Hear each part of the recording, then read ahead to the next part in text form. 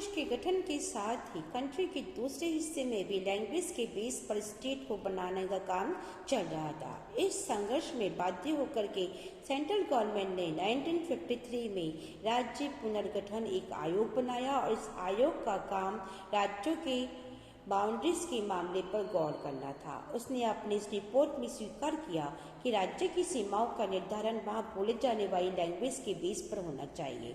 इसी आयोग की रिपोर्ट के आधार पर 1956 में राज्य पुनर्गठन अधिनियम पास हुआ और इस अधिनियम के बेस पर 14 राज्य और 14 स्टेट और 6 सेंट्रल यानी केंद्र शासित यूनियन टेरिटरीज बनाए गए।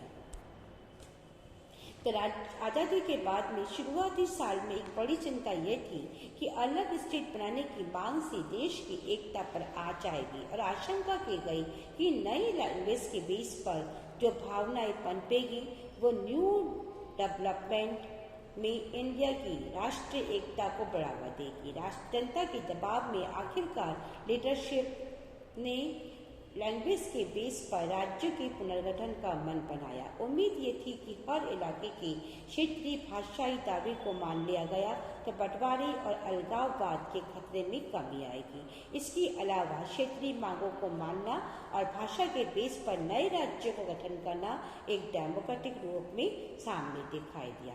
तो भाषावार राज्यों के पुनर्गठन की घटना को आज 50 साल से भी अधिक, आज 70 ईयर से भी अधिक हो गया है और हम कह सकते हैं कि लैंग्वेज के बेस पर स्टेट के गठन के लिए चलाए गए आंदोलन ने डेमोक्रेटिक पॉलिटिक्स की लीडरशिप की नेचर को एक नया रूप दिया है। तो पॉलिटिक्स और सत्ता में भागीदारी का रास्ता अब एक छोटे से अंग्रेजी भाषाई तबके के लिए ही नहीं बल्कि बाकियों के लिए भी रास्ता खुल चुका था।